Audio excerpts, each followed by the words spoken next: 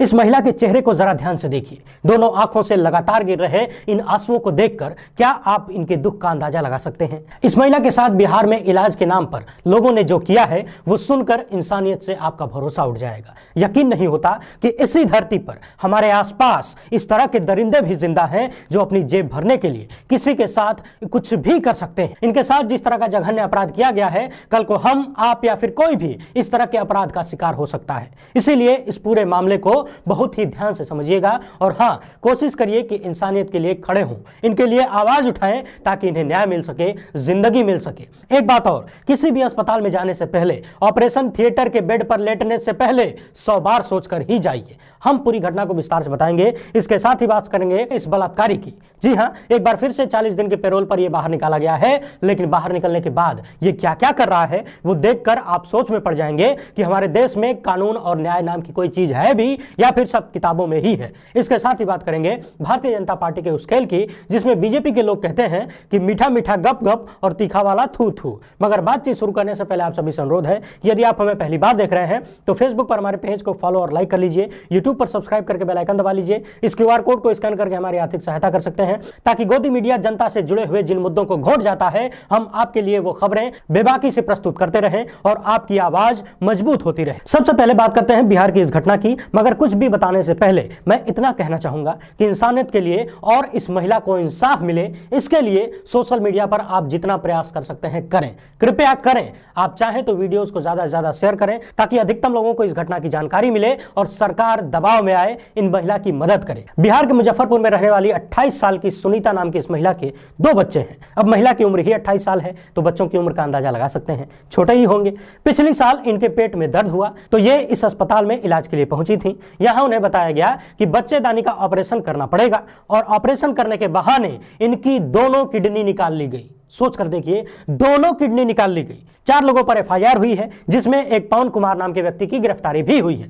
पवन कुमार वो आदमी है जिसके पास मेडिकल की कोई डिग्री नहीं है, यानी कि बिना किसी योग्यता की ये स्वास्थ्य सुविधा दे रहा था। पुलिस के अनुसार ये पहले कहीं कंपाउंडरी कर चुका है। अब सुनीता रो रो कर गुहार लगा रही हैं कि प्रशासन ने जिस पवन नाम के व्यक्ति को गिरफ्तार किया है उसकी किडनी मुझे दिलवाएं। इस महिला का कहना है कि अगर 2 किडनी नहीं देता है तो कम से कम 1 ही दे दे ताकि मैं अपने बच्चों के लिए जिंदा रह सकूं। मेरे 2 बच्चे हैं, यदि मैं नहीं रही तो उनकी देखभाल कौन करेगा। अभी इनका जीवन चंदा मांग मांग कर चल रहा है, किसी तरह से जिंदा है ये महिला। सुनीता और उनके पति अस्पतालों के चक्कर लगाने को मजबूर हैं और इस वक्त ये लोग मुजफ्फरनगर के SKMCH अस्पताल में भर्ती हैं। सुनीता को हर सप्ताह 3 बार डायलिसिस करवाना पड़ता है। डॉक्टर का कहना है कि जल्दी से किडनी लगवा लो। सुनीता परेशान है कि किडनी देगा कौन। खेत के बीचों बीच ये वही क्लिनिक है जहां पर डॉक्टर पवन कुमार और डॉक्टर नारायण यादव के 2 लोग काम किया करते थे। BBC की रिपोर्ट में बताया गया है कि पहले नॉन मैट्रिक पवन कुमार भूटान से फल लाकर बेचता था। वहीं पवन कुमार के भाई का कहना है कि यह क्लिनिक RK सिंह नाम का कोई व्यक्ति चलाता था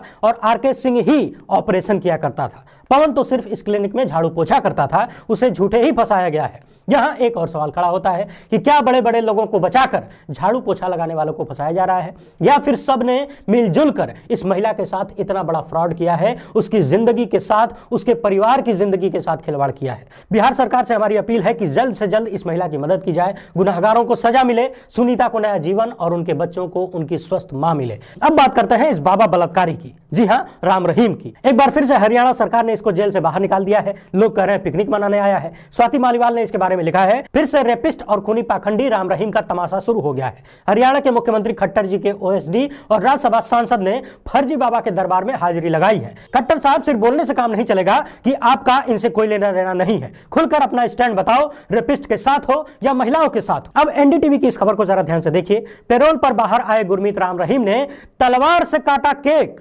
दुष्कर्म और हत्या के मामले में गुरमीत राम रहीम जेल में उम्र कैद की सजा काट रहा है। आधा दर्जन से अधिक गाड़ियों के काफिले के साथ सुरक्षा घेरे में गुरमीत राम रहीम को रोहतक की सुनारिया जेल से लेकर हरियाणा व उत्तर प्रदेश की बागपत पुलिस बरनवा आश्रम लेकर पहुंची है। अब इस तस्वीर को जरा ध्यान से देखिए। NDTV ने इसे शेयर किया है। क्या आपको लग रहा है कि इस बलात्कारी को, इस हत्यारोपी को कोई सजा मिली है? खुलेआम बीजेपी के बड़े बड़े नेता इसके दरबार में हाजिरी लगा रहे हैं। ये सबको आशीर्वाद दे रहा है। गजब की कानून व्यवस्था चल रही है हमारे देश में। जब बलात्कार की सजा पाए हुए लोगों को इतना बढ़िया ट्रीटमेंट मिल रहा है तो कोई आदमी शराफत की जिंदगी जिएगा ही क्यों?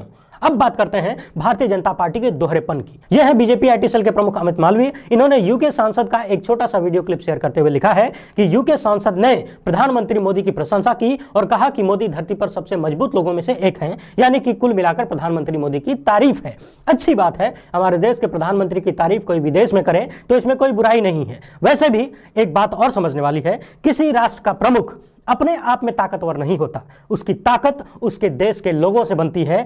प्रधानमंत्री की ताकत हमारे देश के 135 करोड़ लोगों से है, न कि उनकी व्यक्तिगत ताकत है। ये बात भूलने वाली नहीं है। मगर फिर भी कुल मिलाकर हमारे प्रधानमंत्री की तारीफ हो रही है तो अच्छी बात है। मगर जब उसी यूके के लोग, उसी यूके का BBC, उसी यूके का न्यूज चैनल मोदी को लेकर एक डॉक्यूमेंट्री जारी करता है तो भारत सरकार इन लोगों को विदेशी और अंग्रेज बोलकर, उपनिवेशवाद का परिचायक बोलकर इन्हें पूरी तरह से नकार देती है। यानी कि उसी यूके का एक सांसद जब तारीफ करे तो बहुत अच्छी बात है, और जब वहीं के लोग कोई बुराई दिखा दें, जो चीज हमें न पसंद आए वो चीज दिखा दें, तो वो लोग विदेशी हो जाते हैं, वो लोग गंदे हो जाते हैं, उन पर तमाम तरीके के आरोप लगा दिए जाते हैं। फिर याद दिलाया जाने लगता है कि इन लोगों ने हम पर राज किया था, हमें गुलाम बनाया था, ये फिर से हमें गुलामी में ढकेलना चाहते हैं। चल क्या रहा है ये सब? महाराष्ट्र के गवर्नर भगत सिंह कोश्यारी ने कहा है कि PM मोदी से मैंने अपनी सभी राजनीतिक जिम्मेदारियों को छोड़ने की इच्छा जाहिर की है। पत्रकार रणविजय सिंह ने सवाल किया है कि मुझे आज पता चला कि राज्यपाल भी प्रधानमंत्री के अधीन होता है। हमने भी संविधान पढ़ते समय कुछ ऐसा ही पढ़ा था, हो सकता है वो किताबें गलत रही हो, व्हाट्सएप यूनिवर्सिटी में पढ़ना पड़ेगा, तभी पता चलेगा कि राज्यपाल प्रधानमंत्री के अधीन होता है। राहुल गांधी ने पूरी दुनिया में भारत का नाम खराब कर दिया और बेइज्जती कर दी।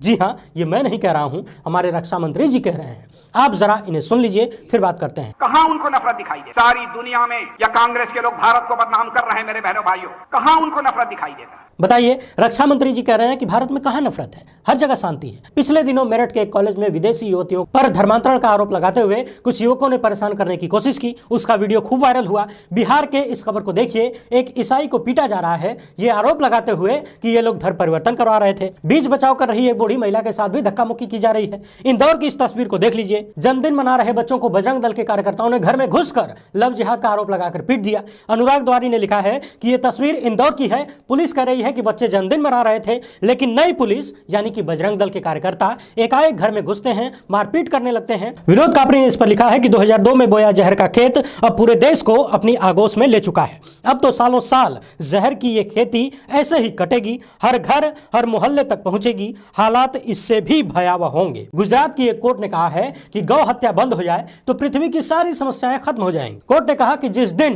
पृथ्वी पर गाय का एक बूंद भी खून नहीं गिरेगा, उसी दिन इस धरती की सारी समस्याएं समाप्त हो जाएंगी। जज साहब यहां तक बोल गए कि गाय के गोबर से बने घर परमाणु विकिरण से प्रभावित नहीं होते, वही जो भक्त कहते हैं, और गौमूत्र से कई बीमारियों का इलाज भी होता है। समझ गए ना? पता नहीं ये दुनिया के बड़े बड़े नेता सब इधर उधर 3-5 क्यों करते रहते हैं? सारी समस्याओं का हल एक है, फिर भी सारी दुनिया बौड़िया रही है। वहीं कुछ लोग ये भी कह रहे हैं कि लगता है जज साहब व्हाट्सएप यूनिवर्सिटी से डिग्री लेकर आए हैं। अच्छा, आप जरा इनसे मिल लीजिए। मध्य प्रदेश के बीजेपी विधायक हैं, पत्रकारों से बातचीत करते करते बोल गए कि अच्छी सड़क है इसीलिए एक्सीडेंट हो रहा है, सड़क बढ़िया होती है तो लोग तेज चलते हैं और एक्सीडेंट हो जाता है। तो अब से यदि आपके क्षेत्र में कोई सड़क बनाई जाए तो उसको फौरन रुकवा दीजिए, अपनी जान बचाना चाहते हैं तो।